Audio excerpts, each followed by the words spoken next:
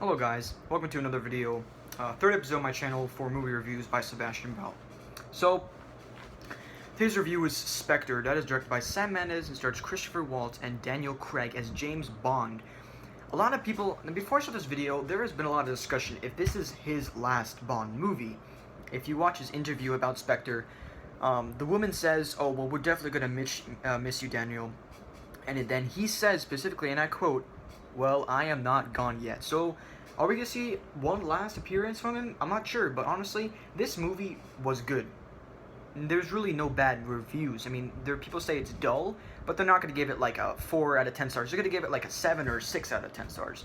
5 is a little bit pushing it. So, I think for him, when he sees these reviews, he might want to make another one. You know, like Skyfall, which got really and Casino Royale, through the roof reviews. I'm pretty sure he will want to make a comeback. So now off to the review. So, is this the best James Bond movie? No, it is not. It is truly not. It probably get defiled if you compare it to Casino Royale or Skyfall. There are several that are better, definitely. I'm reading off of my Flix review as well. Just like its predecessors, the new 007, you know, is a solid movie with good performances by Christopher Waltz and Daniel Craig. A lot of people say the movie is dull, and I have to say the dull word would be a harsh word to use in this film. Yes, there are a lot of the same elements like other James Bond movies, but at a standpoint, it does hold its own. Some of the scenes in this movie were very well done. The thing that lacks is the script and character development for some people. For example, for the bad guy in this movie, played by Christopher Waltz, his name is Franz Oberhauser. Very cool character development in the beginning when they first show the character. Very dark, mysterious, very nice cinematography, very nice. Especially, I have to talk about the beginning of the movie was 10 out of 10, amazing. I'll get to that part of why people probably bombed the movie and why expectations took a really big heap down from the beginning, you know, slowly, gradually decreasing. But, okay, so at a standpoint, it does hold its own. Some of the scenes in this movie were very well done. The beginning scene is amazing, very well shot. I really think what brought people down was the start of the movie was all perfect. Everything had high expectations. But then from there on, the movie kind of went down. Now, to me, the movie didn't really go down. It just kind of got calmer. And then they add the really cool action scenes. This movie does keep you entertained. Do not get you wrong.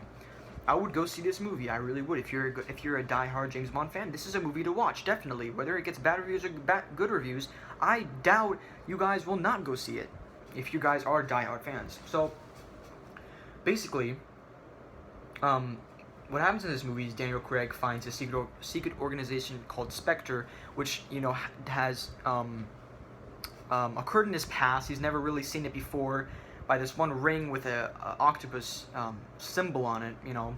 But, you know, he finds a secret organization, and shit happens. Now, one thing is the story is very simple. It's a James Bond movie. The story is not really like, wow. Casino Royale was very suspenseful. It was very well done, especially, you know, the parts where they're in the casino, you know, with the betting, the gambling. That was very suspenseful, and it was very special. But this movie is just kind of like your average James Bond movie. It does have some very special scenes, which is why I said it kind of holds its own at a standpoint. I don't know exactly. I mean, I can understand why people call it dull. When I first saw the movie reviews, I saw a lot of I saw the word dull being used a lot in reviews. Almost every single review I read. But, you know, I saw the reviews of this movie, I saw some really cool action scenes. I'm like, well, you know what? Well, I guess those action scenes have to be included in the movie, so there have to be some good parts. That's basically what I'm trying to do as a movie reviewer. I'm trying to give you guys the best parts in the movie and the worst parts in the movie and sum up basically what makes this movie good and bad. So, this movie is good. I give it a 8.5 out of 10 or a 7 out of 10. You can settle for that. It keeps you entertained for about 2 hours and 30 minutes. I will sum it down to 2 hours because the talk scenes are a little boring, but if you listen to the talk scenes and really concentrate on this movie, you can find out that it's really not bad. It really is not. So, I gave this movie 8.5 out of 10, 4 stars out of 5 for Flixster or Rotten Tomatoes. It started to slow down the movie. Don't get me wrong, there was a lot of action scenes in this movie, which brings me to the point, why do people think it's dull? I just talked about that. But, so, like I said, they have very, very nice... The cinematography in this movie is lush. It's beautiful. It's probably the best thing in this movie. the worst thing in this movie is probably the script. Second to worst is the character development. Now, is it like bombed? No, it's not bombed. It's like a 6 or 7 out of 10 if you would, rate the character development or in script. But it just, for a Bond movie like this they did have a lot of potential, it kind of brought it down. So would you go see is this a movie to spend your money on? Yes, I would say that. It is definitely a movie to spend your money on. Is this a movie to buy, on DVD? I'm probably gonna buy it on DVD. Probably gonna get, all these other movies, Casino Royale and Skyfall. I'm gonna probably get all of those. I will be reviewing all of the old James Bond movies on my channel. Most of them, I think. I'll try to cover them all. There are a lot. But all, the ones from the 1900s, all the way from 2015, which starts me right now. Spectre is the newest one. A lot of people, just like Chris Stuckman, he's a very known movie reviewer. Go check him out. I'm pretty sure you guys already know him. But what he does before a new movie comes out is he reviews the previous ones. And I think that's a very good method. Like for the Star Wars films, I will review all of them, but I need to see if I have all of them because, it's been so long. I watched every single one of them when I was young over and over again. It's kind of, different. I know that the Clone Wars, a lot of people say that the Clone Wars was terrible, but, I was so young, I really didn't know if it was good or bad. I liked all of them. The only part of the Clone Wars that I remember is where they're in the big arena and all of these Jedis come together and they fight the droids. But this is not a Star Wars review, so I will shut up. This is a good movie. Daniel Craig gives a pretty good performance. If you're an agent, you have to act a little bit boring, so, bravo. It's 2 hours and 30 minutes. Genre is action and adventure. It's PG-13. You should go see it. I definitely think this is a movie you should go see. I know people that won't go see it, but, like I said, if you see the reviews, 62% by critics for Rotten Tomatoes and 71% by Flixster, this movie does deserve a 6.5 to 7 for this movie. I gave it an 8.5 because I thought it was a good movie. 8.5 is a little bit overjudging it, but I don't think it was a bad movie. It was very solid, a little bit cliche Bond movie, but like I said, cliche is not a bad thing. If it was based off of another good film, then it's not a bad thing. If it was based off of a bad film, then it was bad. So please go. That's all for the movie review today, guys. Please go check out my website. I will have it in the description. It's it's in the development. I only came out with it like 2 days ago. Still in the development. I will definitely keep you guys posted on that. And yeah, thank you guys so much for watching. Please leave a like. Please leave a like and comment, and definitely subscribe. That gives me the love. I will definitely keep posting whether you subscribe or not, so you can't stop me. Thank you guys so much for watching. I'll see you guys later. Hello guys, welcome to the 4th movie of my channel. We were reviewing Mad Max Fury Road. Before I get off with this review, I have to say that you guys can already tell by I already have the DVD in my hand that this movie is not completely new. It's basically because, I didn't really think much of, I did watch YouTube a lot with reviews, and I've always wanted to do this. I just never really got into it, but now I'm starting to get into it a lot more. I'm starting to do my Blu-ray collection, and, I'm just really getting into it. So, we're going to start with basically my favorite movie of all time. That sounds a little bit weird, but yeah, it is my favorite action movie of all time. I'm going to keep it very descriptive in particular, because I don't want to say it's the best movie of all time, because there are definitely movies that... No, there's no movie better than this. It's the best one, no. But, it was very good. So, pulling up my Flixster review right now, I gave it a 5 out of 5 stars. I would give it even more stars if I could, but I can't, which sucks. So, this movie stars Tom Hardy and Charlize Theron. Bad guy is played by bad guy is Hugo Keysburn, who plays Infamous. Is it Infamous? Who is it? Infamous Joe? Infamous Joe? I don't think so. It's in a post-apocalyptic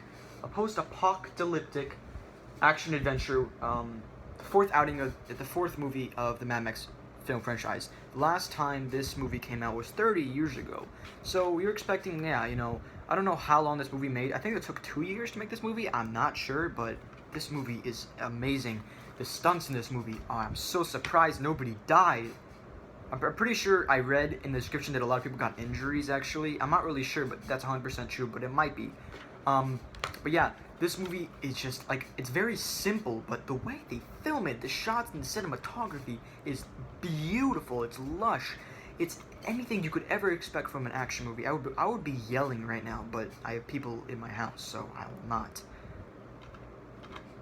I don't want to, you know, have you guys be very embarrassed in front of your parents if you guys are not wearing headphones. So I'll just keep it simple like that. It's the fourth revival installment in the series. A lot of people said that this movie should be called Mad Furiosa and Mad Max. Basically, it's because Mad Max in this movie doesn't really do a lot, but he still gives very kick-ass performance, even though he only has like a couple lines in the movie and he mumbles a lot, you know.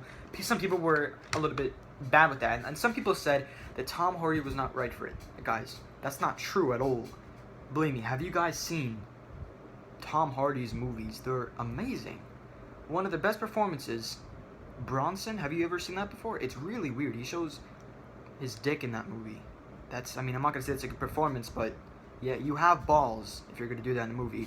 So, basically, that was one of his best movies, Bronson. You should go see it. It's crazy. It's really weird, but it's all based on a true story of Charles Bronson, he's the most violent criminal in Britain.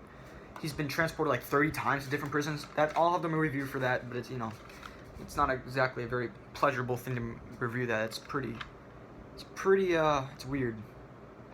I'll just say that. It's pretty weird, the movie. Great performance, though. So, the reason why it didn't show a lot in this movie is because Tom Hardy did not have a lot of lines in this, you know. So he only had a couple lines. If you would give Tom Hardy more to work with, then he would do more. But like I said, you know, he had a lot of stunt performances. I'm not sure he did really the stunts, but he had a lot of really cool, you know, parts. He did very good in this movie. He could have done better, of course, if, you know, he wasn't mumbling. Yeah, but, you know, they told him to mumble. This is what he had to work with. You guys don't understand that just because an actor does bad in a movie doesn't matter that they're a bad actor unless, you know, their acting is bad. But it could also be along the lines of the director wanted them to do very weird emotions that they couldn't exactly pull off. That's not exactly their fault, but I just said fart. That's not exactly their fault, but it is, you know, if you're a very good actor, you can very adapt to all these different movies, and that's what makes you probably the best. You know, if you can adapt, go for it. So, basically, this movie is, you know, probably the best Mad Max in the series. Mad Max The Road Warrior 2 was the best one so far, but when this one came out, this is the best one. It is the best. I'm pretty sure it has the highest reviews, maybe. I'm not really sure. It has 97% fresh Rotten Tomatoes score. The old movies did not exactly get fresh Rotten Tomatoes scores because they didn't have it out yet, but it was very good, though. This is definitely a lot better than Beyond Thunderdome, Mad Max 3 Beyond Thunderdome. Even though that was not a bad movie, this is just way better than it. Way better than it. The effects in this movie is amazing. The CGI is up through the roof. Everything in this movie is 5 out of 5. Everything. I can't think of one thing in this movie that's not good.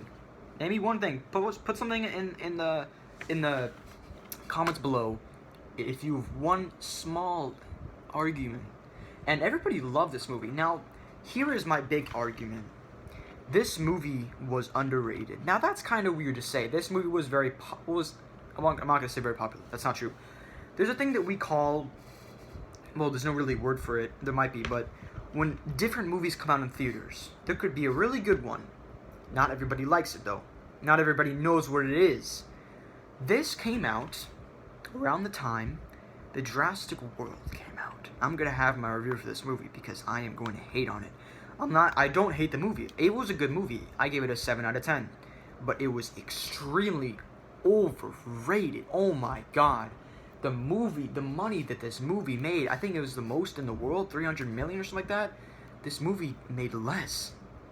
But they will have a new one because George Miller said that they weren't going to make another one, that they are going to make another one because if this movie makes more than their budget, they will make another one. This movie had a $300 million budget. Very, very good movie. So, this movie could have been a lot more popular if people would have seen the trailers for it, if people once were stuck up their asses. I'm not going to say that. If Jurassic World wasn't in theaters, this movie would have been a lot bigger, I would say. But like I said, you know, there was that was so popular in theaters. You know, any movie. I'm sorry, directors, if you guys are watching this, I doubt you are, but maybe if you are. If your movie came out during that time, it did not do as good as you did. You might think it did, but believe me, that movie trampled every single movie in its path, just like a dinosaur, just like in the movie. So basically, I think this movie could have done a lot better by popularity wise. But other than that, it was very popular. You know, it was big, you know, two people who knew what they were looking at. So I give this a 5 out of 5, guys. This is I don't know any other movie in the action genre that I would prefer. This is probably the best movie I've ever seen in action. Amazing. It's a 2-hour thrill ride. To have so much action in 2 hours is a very big accomplishment. It's good to know in this generation that George Miller, or at least one director, can still do that same thing. Check this movie out. Buy it on Blu-ray. Don't buy it on DVD. Buy it on Blu-ray because it looks better. I made the mistake of rushing immediately when this movie came out and got on DVD. I'm gonna get on Blu-ray one day. This movie deserves it. I will get a fucking 3 feet standee. I will get 7 posters. I will spray paint, or no, I will put a Mad Max wallpaper in my. No, I won't do that. I won't bring it that far. That would just be weird. But yeah, this movie was amazing. I could not ask for anything more. Thank you so much, George Miller, for this masterpiece. That's all, guys, for this review. My next review will be The Martian. I uploaded Spectre a couple of hours ago, and I'm doing kind of a review binge. So thank you guys so much for watching. Please like, subscribe, comments below the movies you want me to review, and I will gladly do so. I check this. Follow my Instagram. It's SebViking, SebViking.